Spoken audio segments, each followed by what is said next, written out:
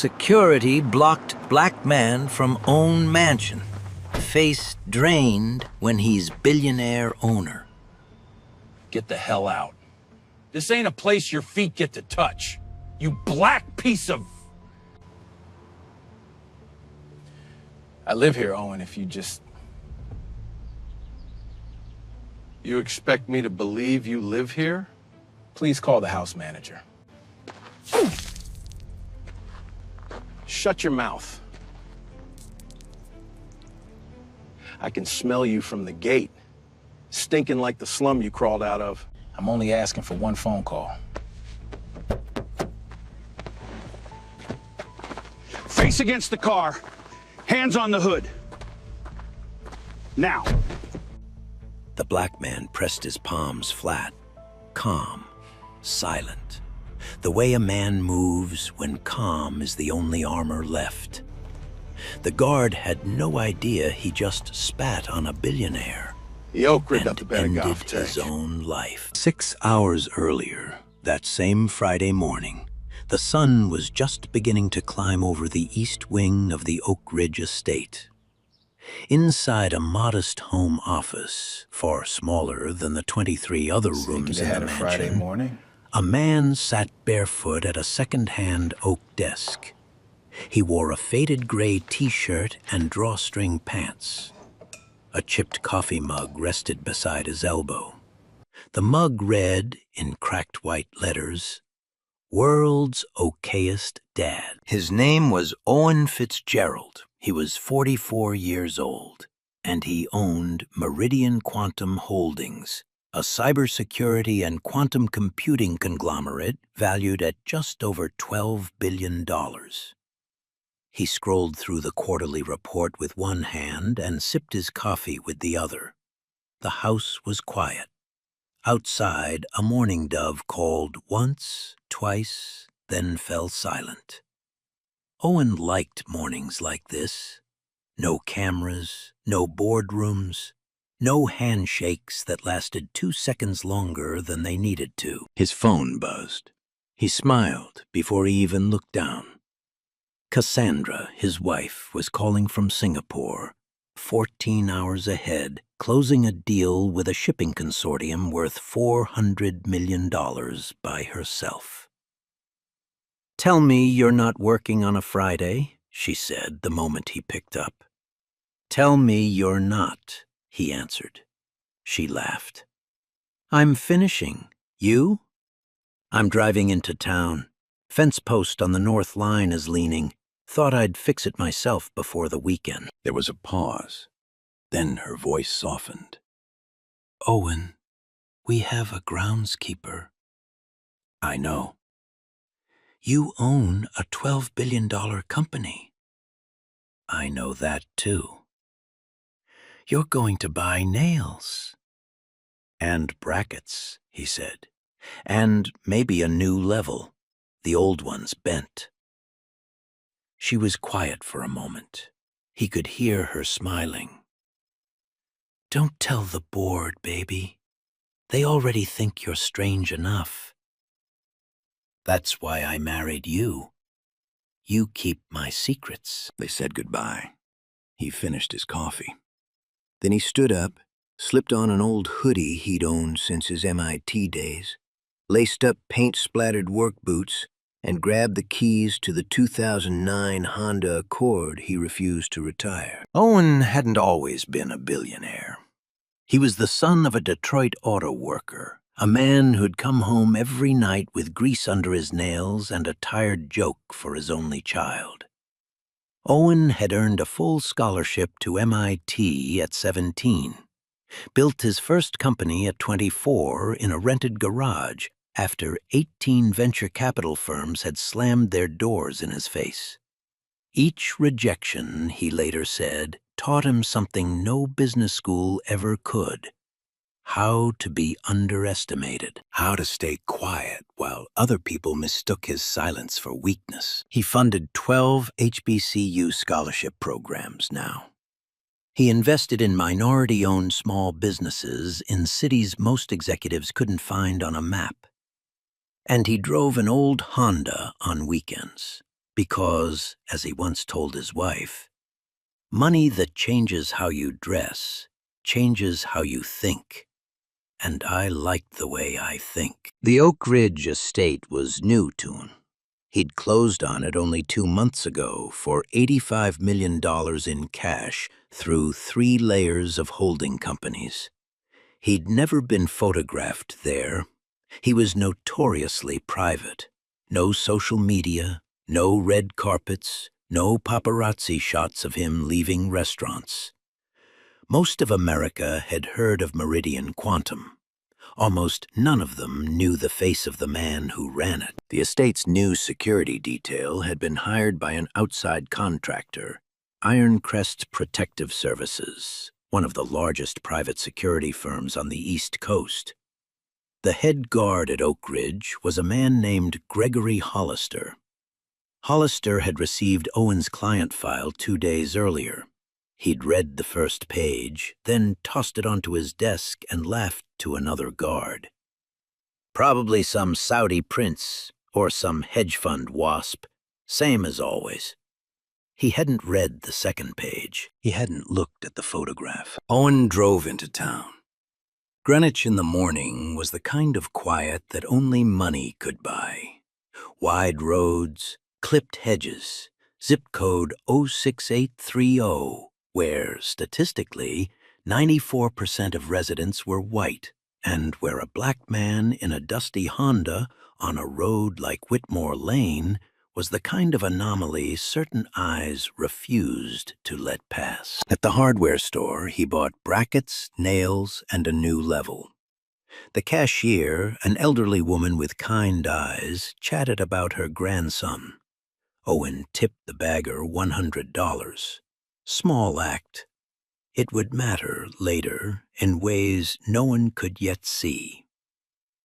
He climbed back into the Honda, turned the key, hummed along to Stevie Wonder on the radio, and drove home, toward a gate where a man he had never met was already deciding in advance that he was a criminal. The Honda rolled up the private drive at a steady 20 miles per hour.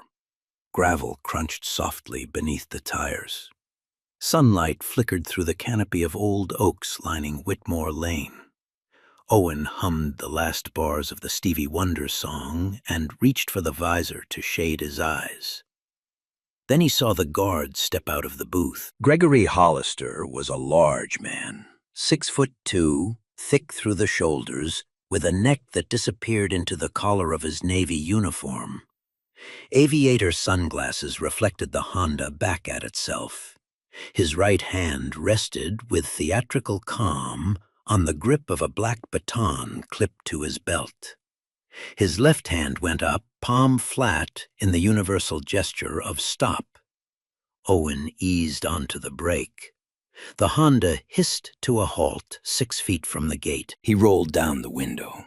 Warm air drifted in, smelling of cut grass and faintly of the magnolia trees blooming along the wall. He smiled politely. "Good afternoon. I'm coming home."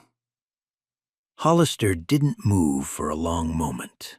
He tilted his head. Then his lips peeled back in something that was not quite a smile. "Sir, is this some kind of joke?" "No, sir. I live here. I'm Owen Fitzgerald, the owner." Hollister let out a single sharp laugh. It cracked across the quiet drive like a gunshot. "The owner, sure, and I'm the governor of Connecticut. Back that piece of junk out of here before I do it for you." Owen kept his hands visible on the steering wheel. He'd done this before, not here, but at a Tesla dealership in Palo Alto, at a yacht club in Monaco, outside his own hotel room in Chicago at 1 in the morning. He knew the rhythm. Calm, polite, slow movements. Never give them the excuse they were fishing for. "Sir, my wallet is in my back pocket. I'm going to reach for it slowly. My ID is inside. So is a photograph of my wife and me at the closing." He moved his right hand 1 inch at a time toward his hip. "Keep your hands on the wheel," Hollister barked. His palm snapped to the baton. "Did I say you could move? Did I say that?" "You asked for proof. I'm giving you." "I don't want to see a damn thing from your back pocket. You know what they make fake IDs out of these days? Anything. Anyone. I've been doing this 25 years. I know a fake when I see one." Owen's hands returned slowly to the wheel. He exhaled through his nose. Somewhere behind the gate, a sprinkler hissed on and began a patient tick, tick, tick across the lawn. "Sir, please, call Vivian Whitmore. She's the estate manager. Her number is on the intercom directory inside your booth. She'll verify in 30 seconds. Hollister tilted his head the other way. He walked one slow step closer to the driver's window, then another. His boots crunched deliberately on the gravel. "You think you get to tell me how to do my job, boy?" The word landed with a small, sharp weight. Boy. Owen didn't react. He had trained himself over decades not to react. "I'm not telling you how to do your job. I'm asking you to do one part of it. Make the call." "I'll make calls when I decide to make calls." Hollister's radio crackled at his shoulder. He pressed the button with a slow, showy thumb. Brandon, come up to main gate. I got a situation." A voice came back, tinny and young.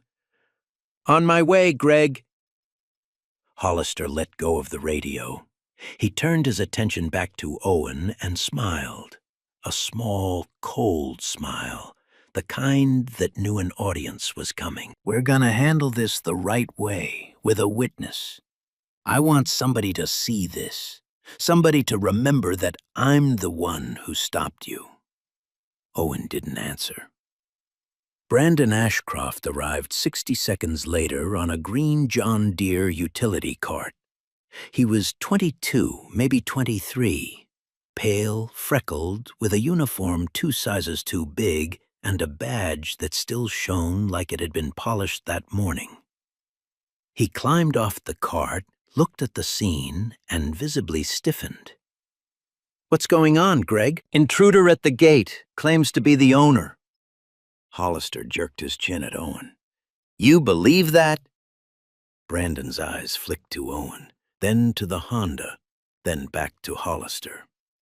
"I mean, maybe we should just call the office. Or Ms. Whitmore. It'd take..." "Son," Hollister's voice sharpened. "I've been doing this 25 years. I know what belongs in this neighborhood and what doesn't. You stand there. You watch. You learn." Brandon's mouth closed. His throat moved once as he swallowed. Hollister turned back to Owen. He leaned one forearm against the Honda's doorframe. His face was 6 inches from Owen's. "Let me ask you something. This car, it yours? Or did you borrow it from somebody?" "It's mine." "Uh-huh. And the house you claim to own, what's the street address?" 1486 Oak Ridge Lane. Hollister blinked. For one brief second, something flickered behind the aviators. Then he recovered. "Lucky guess. Address is on a sign at the gate. Anybody driving past could read it. The sign says Oak Ridge Estate, not the house number." "Don't get smart with me." Owen said nothing. He watched Hollister. He watched Brandon. He watched the sprinkler tick patiently across the lawn. A Range Rover rolled up behind the Honda. The driver, an older white man, silver hair, pale linen jacket, slowed, looked at Owen, looked at Hollister, shook his head with a kind of tired sympathy as if to say, "Oh, this again." Then he backed up and drove away. He did not roll down his window. He did not ask a single question. He did not call anyone. Owen watched him go in the side mirror. "Landscaping, huh?" Hollister was saying. You one of the day labor guys? Sometimes they roll through here and beat up rigs, thinking nobody notices. You the new crew? No, sir. Contractor? Electrician? Pest control? What's your angle? I told you my angle. I live here. You keep saying that. Hollister tapped his baton once against the top of the Honda. The hollow thunk echoed. Keep saying it. See where it gets you. Owen's fingers tightened on the steering wheel, the first visible sign of strain he had shown. He released them. He reached very slowly into the center console. Hands! I'm getting my phone. I'm going to record this interaction. That is my right. That is not your... Hollister's jaw worked. Put it down. Put it down. Owen lifted the phone into view, pressed the record button, held it up at dashboard level so the camera could see Hollister clearly. My name is Owen Fitzgerald. The time is 4:02 p.m. I'm at the main gate of my own property. I've been detained for approximately 11 minutes. The guard's name tag reads Hollister. His badge number is... Hollister moved fast for a man his size. His hand shot through the open window. He didn't grab the phone. He slapped it. Hard. The device spun out of Owen's grip, bounced off the passenger seat, hit the door frame, and clattered onto the gravel outside. The screen made a small, terrible sound as it cracked. Brandon flinched, audibly. Owen closed his eyes for 1 second. When he opened them, they had gone somewhere cold and still. That was a crime, Mr. Hollister. That was evidence collection. Step out of the vehicle. You just destroyed my property. I said, step out. Owen unclipped his seatbelt. He opened the door. He stepped out slowly, keeping his hands visible at shoulder height. The gravel pressed through the soles of his work boots. He bent down, movements careful, telegraphed, and picked up the cracked phone. He tucked it into the front pocket of his hoodie. Hollister didn't stop him. The recording, Owen noticed, was still running. Your name, your badge number. I want them for my lawyer. Hollister laughed again. This time it came out uglier, looser, meaner. The laugh of a man who felt he had already won. Gregory Hollister, badge 4032. And you can tell that to whatever court-appointed lawyer they give you. If you can afford shoes that aren't splattered with paint, you can't afford one of your own. Owen looked down at his boots, then back up. His voice, when it came, was very quiet. I can afford many, Mr. Hollister. You have no idea how many. Hollister smirked. He didn't hear it. He didn't understand yet. He was still enjoying the sound of his own authority. He took 1 step closer. 1 step too close. Turn around. Hands on the hood. We're gonna see what else you're hiding. Owen turned slowly, the way a man does when he knows every inch of motion is being watched for an excuse. He placed his palms flat on the Honda's hood. The metal was warm from the sun. A thin layer of road dust came away on his fingers. His paint-splattered boots spread to shoulder width without being told. Hollister kicked his left foot further apart anyway, harder than necessary. Wider. You know the position. I'm sure this isn't your first time. It isn't, Owen said quietly. But never for this reason. Shut up. The pat-down began. Hollister's hands were rough, deliberate, lingering in places they did not need to linger. He pulled out Owen's wallet, flipped through it with one hand without looking at the driver's license inside, tossed it onto the hood. Fake. You didn't even read it.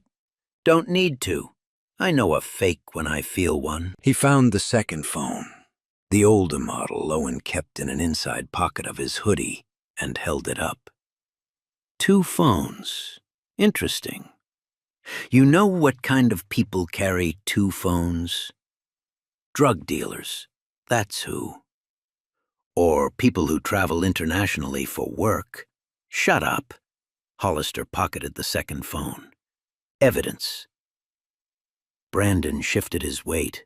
His hand drifted toward the radio on his shoulder, hesitated, dropped away. Hollister walked to the back of the car.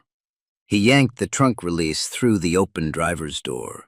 The trunk popped. He lifted it, and for a moment just stood there staring at what was inside. A paper bag from the hardware store, a box of brackets, a small plastic case of nails, a brand new yellow level still in its packaging. Hollister's jaw tightened. It wasn't what he'd wanted to find. He'd wanted drugs. He'd wanted a stolen purse.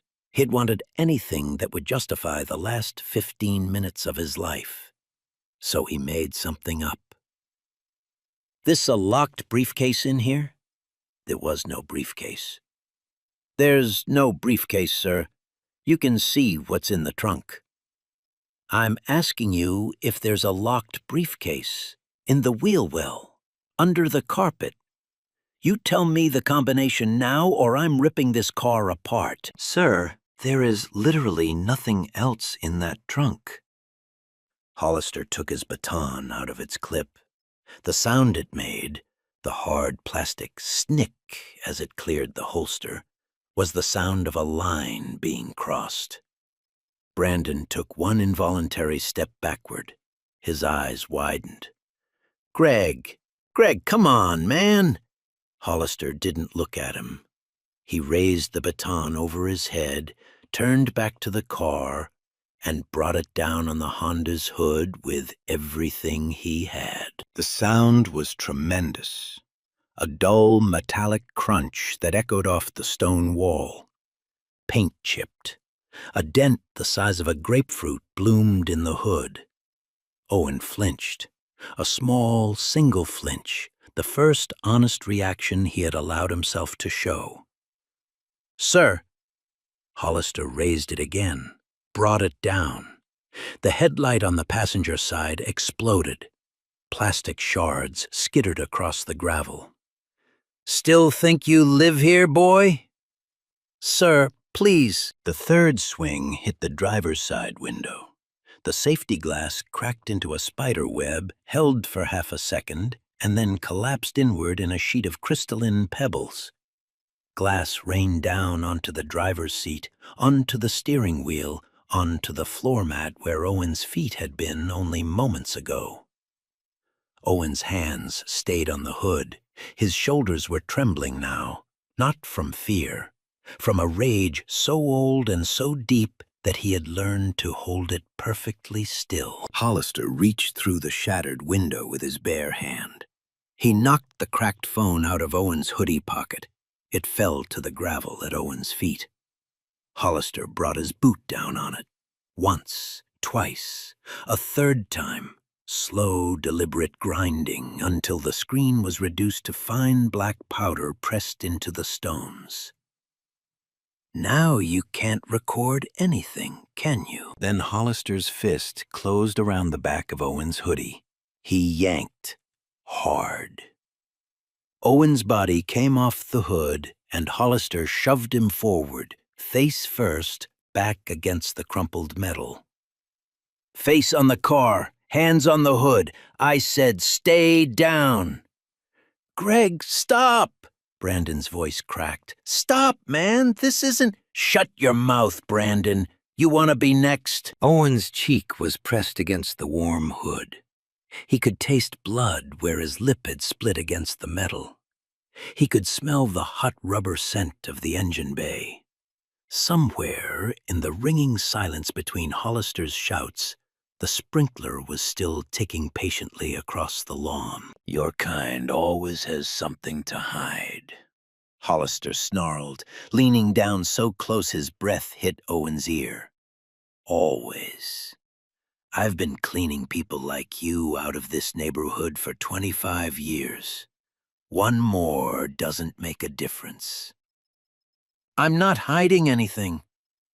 Tell me the truth and tell me now. What are you on? Crack? Heroin? Your people always got something in the system. I don't use drugs. Liar. And that was when the second car pulled up. The sound of the engine was different, quieter. A Volvo station wagon, 10 years old, lovingly maintained. It came up the private drive from the direction of the main house. The driver hit the brakes so hard that gravel sprayed. The door flew open. A woman in her late 60s, gray bob, cardigan, sensible shoes, erupted out of the driver's seat. Gregory Hollister, what in God's name are you doing? Her name was Vivian Whitmore. She had managed Owen's households for 8 years. She had watched his children grow up. She had the kind of voice that, when it rose, stopped entire dinner parties. Hollister straightened. He did not release his grip on Owen's hoodie. Ma'am, please step back. I have an intruder in custody. Intruder? Vivian was striding toward them now, her face white with fury.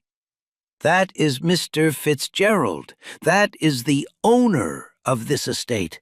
That is the man who signs your paycheck, you absolute idiot.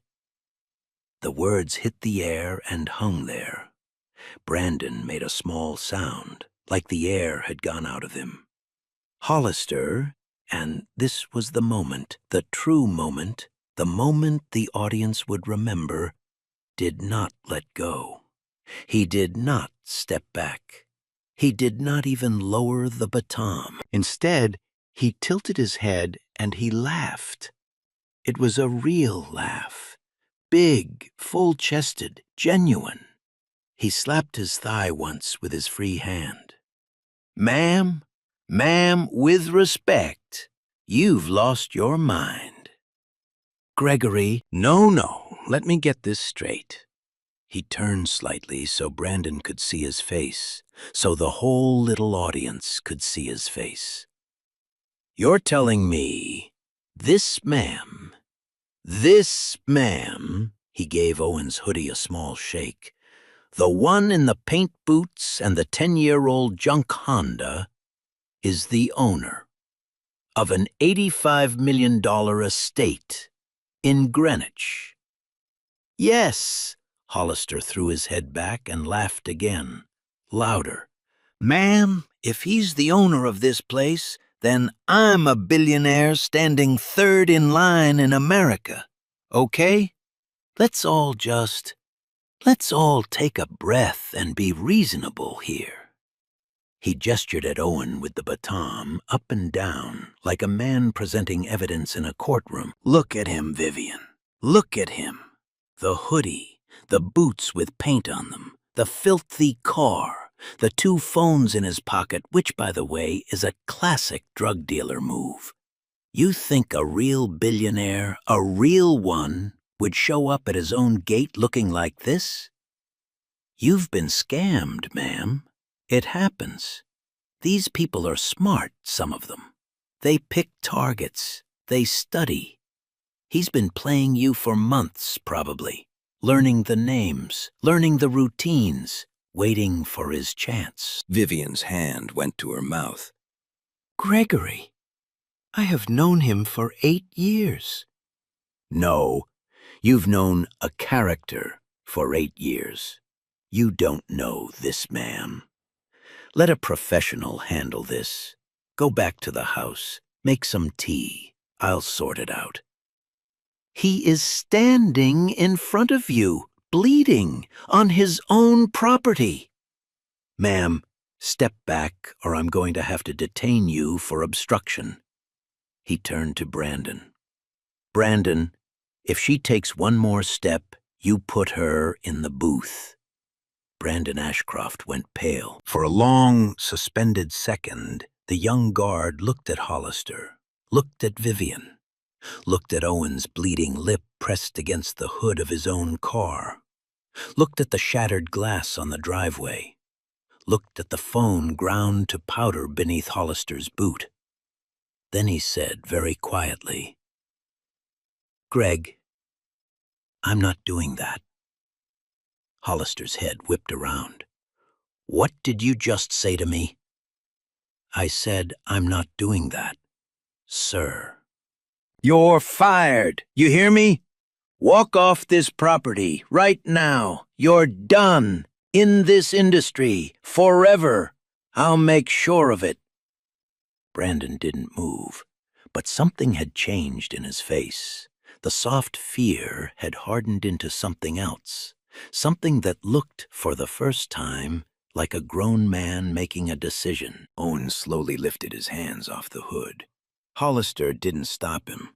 He was still looking at Brandon, still stunned that a 22-year-old kid had just told him no in front of an old woman on a gravel drive with the sprinkler ticking in the background.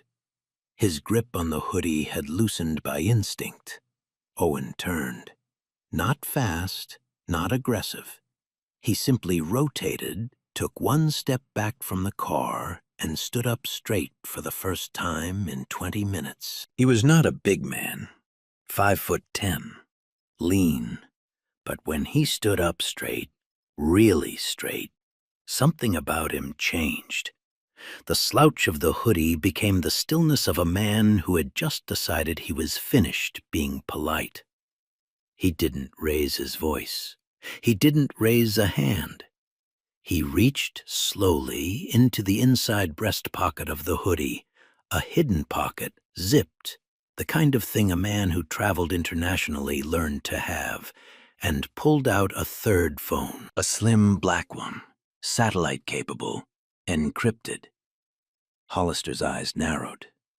"What is that?" "This is the phone you didn't find." Owen dialed one number from memory, pressed the speaker button, held the phone flat on his open palm like a man presenting evidence. It rang once. "Owen," a man's voice, crisp, worried, wide awake, although it was after 11 p.m. wherever he was. "I was just about to call you. Everything okay?" "Richard, I'm at my own front gate." "At Oak Ridge?" "Yes, your head of security is refusing to let me in." There was a silence so complete that the sprinkler seemed loud. "I'm sorry. Can you say that again?" "Your head of security," Owen said, calm and clear, "has held me at my own gate for 23 minutes. He has struck my car 3 times with a baton. He has destroyed my phone. He has put his hands on me. He has called me a liar in front of my own staff. He has threatened to have my house manager arrested. And he has just, moments ago, referred to himself, and I'm quoting, as a billionaire standing third in line in America." Another silence. This one was shorter, and it carried the sound of something crashing on the other end of the line, a chair scraping, a door slamming. "Owen, which guard? Which guard?" "Gregory Hollister." The name landed in the summer air like a stone into still water. Gregory Hollister's face.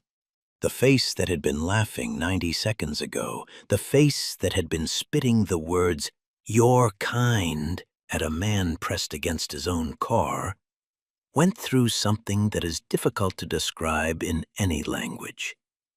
The color left it, not slowly, all at once, like a faucet being shut off. His lips went the color of old paper. The aviator sunglasses slipped half an inch down his nose, and he did not raise a hand to push them back up.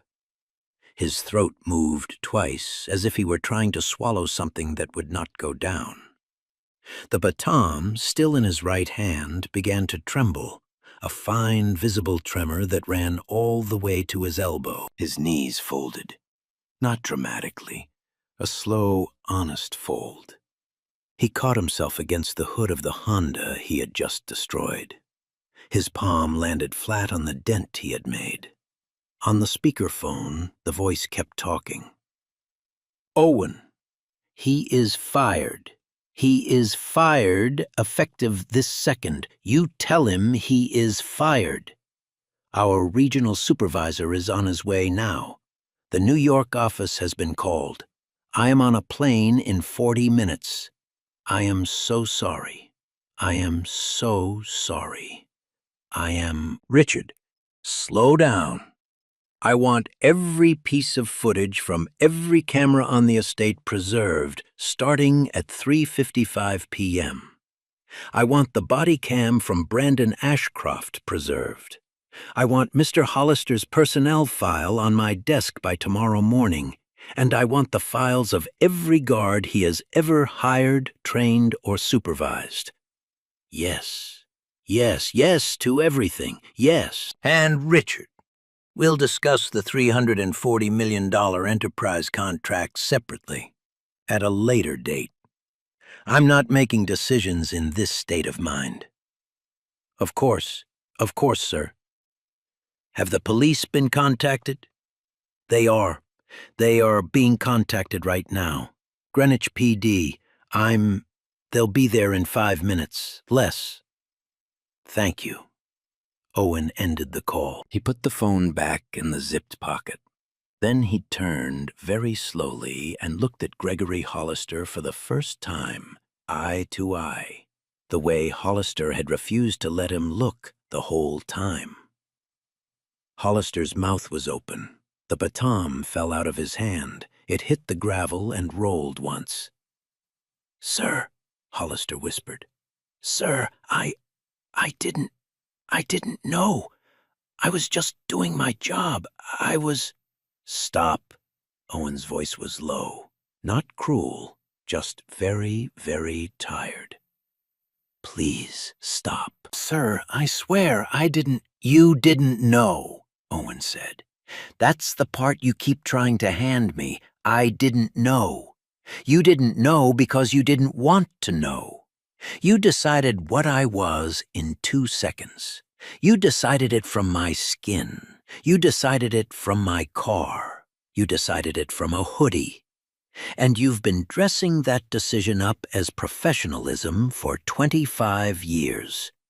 Don't hand that to me now and expect me to carry it for you." Somewhere down the private drive, faint at first, a siren began to rise. The siren grew louder. 2 Greenwich PD cruisers came up Whitmore Lane in a careful professional line. No screaming arrival, no tires on the lawn, just the steady blue and red wash of lights rolling over the oak trunks. Gregory Hollister began to cry. Not quietly, not with dignity. A loud, wet, disbelieving sound that came out of him in shudders. His shoulders shook, his nose ran. He wiped it on the sleeve of the Navy uniform he would never wear again. Then his legs gave out. He dropped straight to his knees on the gravel. Stones pressed into his kneecaps. He did not seem to feel them. He began, with his hands free and his cuffs not yet on, to crawl, forward on his knees, toward Owen. The aviator sunglasses fell off his face and the frame snapped under his own weight as he moved over them. "Mr. Fitzgerald, sir, please, please. I have 3 kids, sir. I have 3 little kids. My daughter is 6. My wife is in chemo, sir.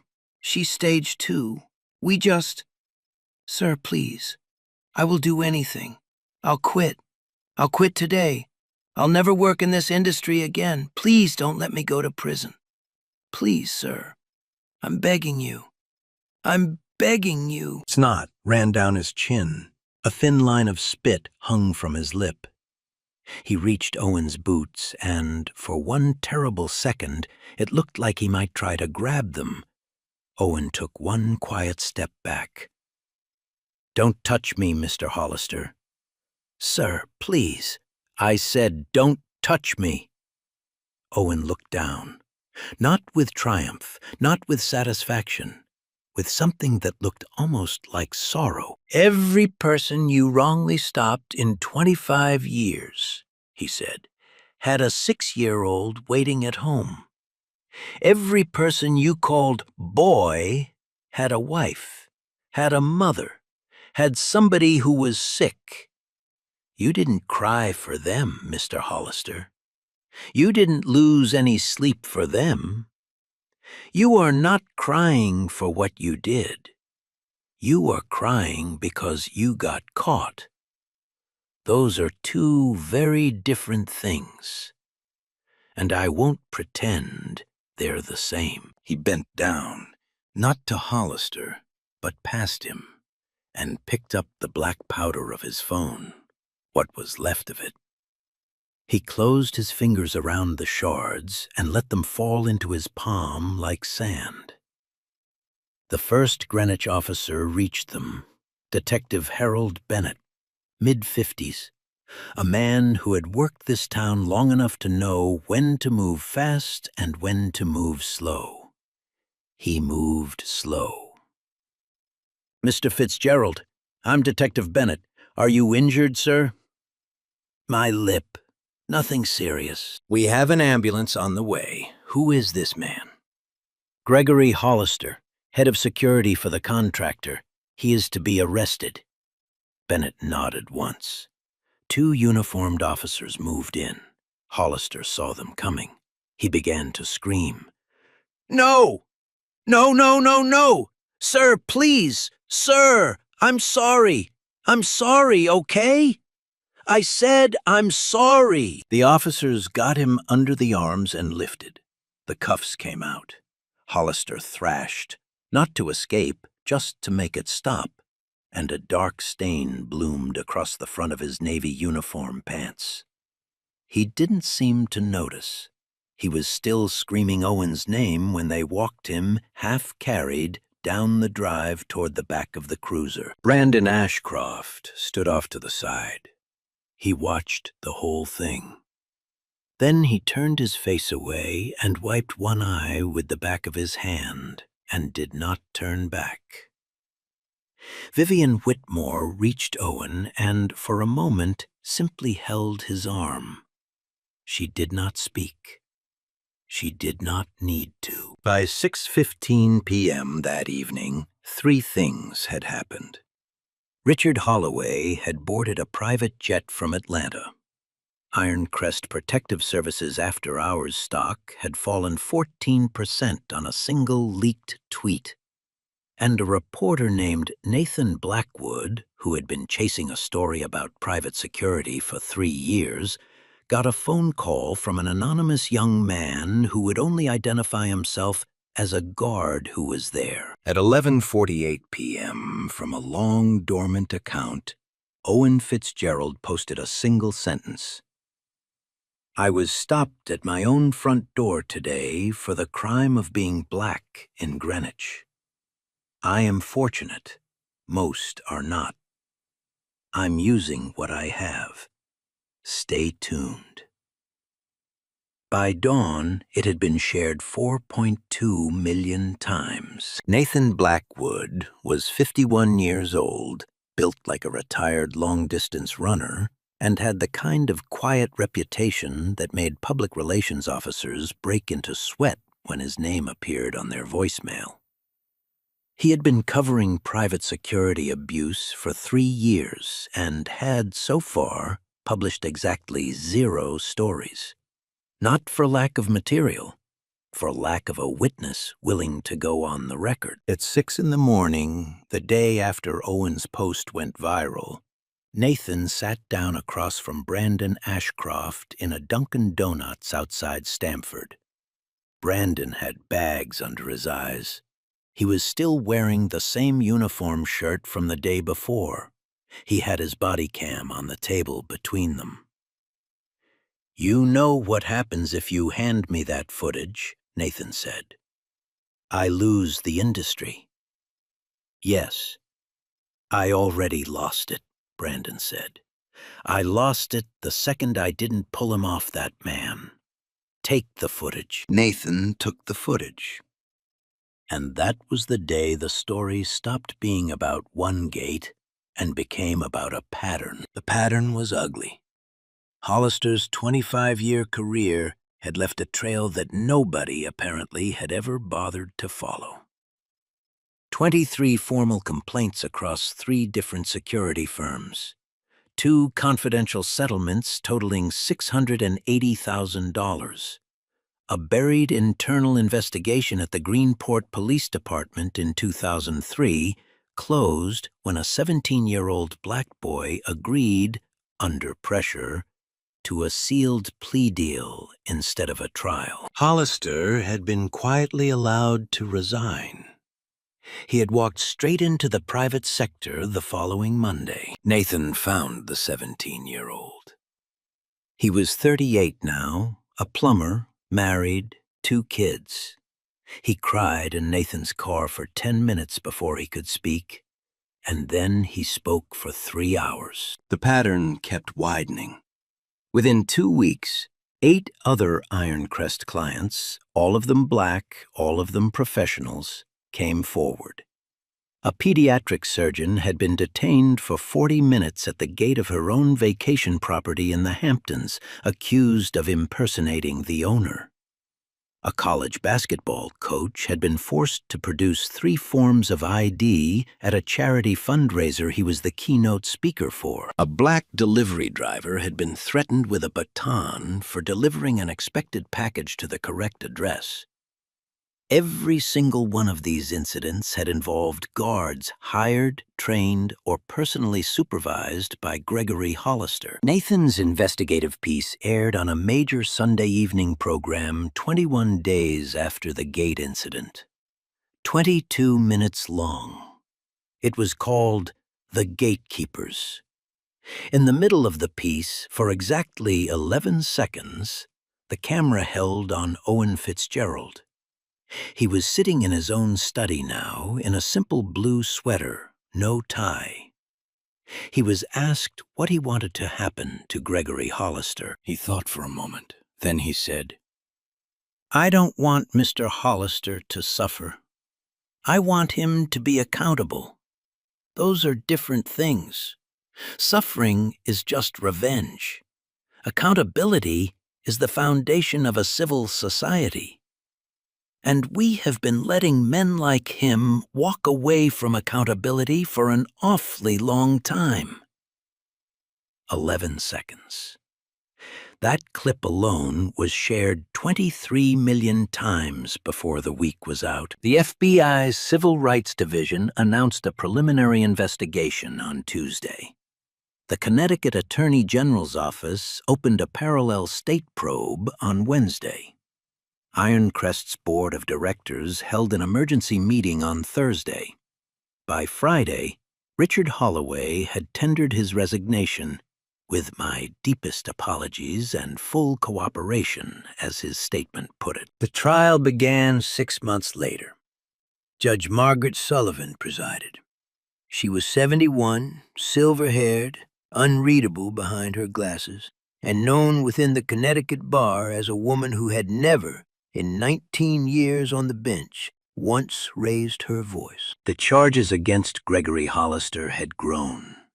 3rd-degree assault, unlawful restraint, criminal mischief, breach of peace, and, crucially, following the expanded pattern investigation, a federal charge, violation of 18 U.S.C. Section 242, deprivation of rights under color of law. This was the charge that changed everything. It elevated the case out of state court and into a federal framework that carried real prison time. The evidence came in like a tide. Owen's cracked phone, what was left of the memory card, recovered by a forensics team that specialized in shattered devices. Brandon Ashcroft's body cam, uninterrupted, 42 minutes of it. The security booth surveillance footage, which Ironcrest had attempted to quietly delete, and which Ironcrest's own IT director turned over to federal investigators, on the condition of a plea deal. Vivian Whitmore's testimony, cool and devastating. Testimony from 6 of the other victims. Testimony from the plumber, now 38, who cried again on the witness stand, and to whom the prosecutor handed a tissue without breaking her rhythm. Gregory Hollister did not take the stand. When the verdict was read, guilty on all counts, state and federal, Hollister did not cry. The crying had run out of him months ago, somewhere in county lockup. He simply lowered his head. Judge Sullivan delivered the sentence in a voice so quiet the gallery had to lean forward. Mr. Hollister, you spent a 25-year career wearing a uniform that told the public you existed to protect them. You used that uniform as a license to humiliate, to intimidate, and in some cases to injure the very citizens you had sworn to serve. You did this selectively. You did this on the basis of race. And you did this with an arrogance that, in my 40 years of practicing law, I have rarely seen matched. This court sentences you to 72 months in federal custody, followed by 36 months of supervised release. You are permanently barred from any employment in security, law enforcement, or any supervisory capacity over the public. You are, in the eyes of this court, done. 6 years. No parole on the federal charge. Ironcrest, under new leadership, agreed to a restructured contract that Owen personally designed.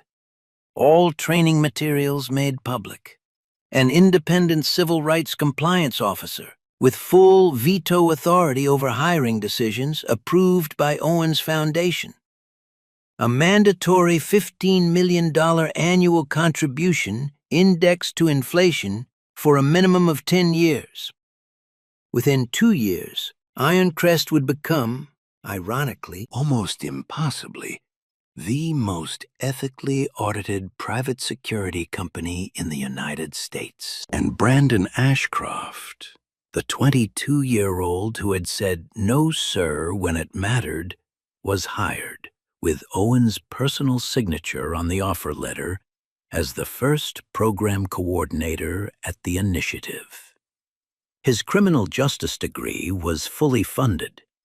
He would eventually be the one who stood in front of new hires and taught them what it meant to be a gatekeeper who opened gates. 1 year after the gate, a Friday afternoon almost exactly, warm sun, the same oak trees along Whitmore Lane, a little fuller now.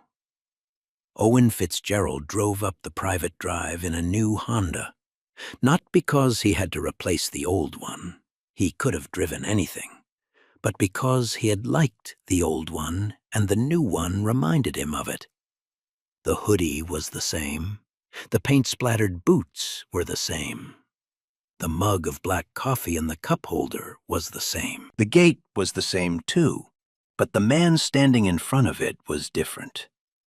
His name was Wesley Dawson. He was 34, black, former Marine, hired 6 months ago under the new Ironcrest training program. He stepped out of the booth as the Honda slowed, smiled, and raised one palm in a casual wave, not the palm of stop, but the palm of hello. "Afternoon, Mr. Fitzgerald. Mrs. Whitmore said to tell you she made lemon bars." Owen laughed, a real laugh, the kind that had been hard to find for a while. "Tell her I'll be up in 10.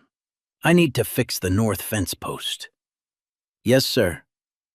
The gate swung open. Owen drove through. Across town, in a classroom at the Fitzgerald Civil Access Initiative, Brandon Ashcroft was standing in front of 18 new hires.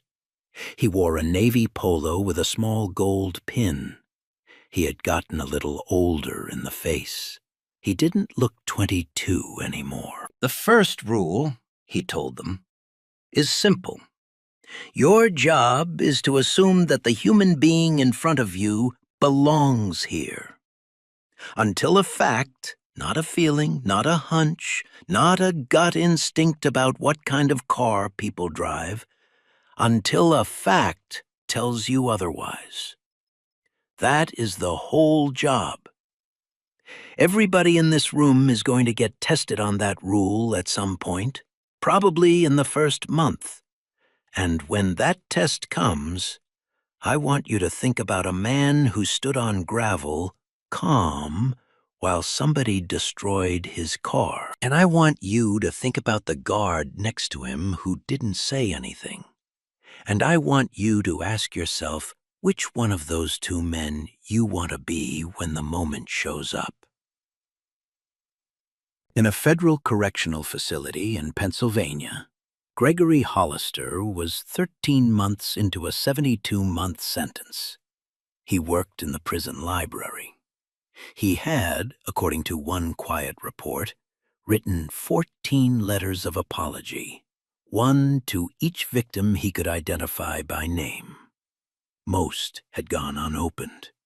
2 had been returned unread. 1 had been answered briefly by the plumber from Greenport. The letter back had said only, "I forgive you, but I will not forget. And my forgiveness is not an invitation to write me again."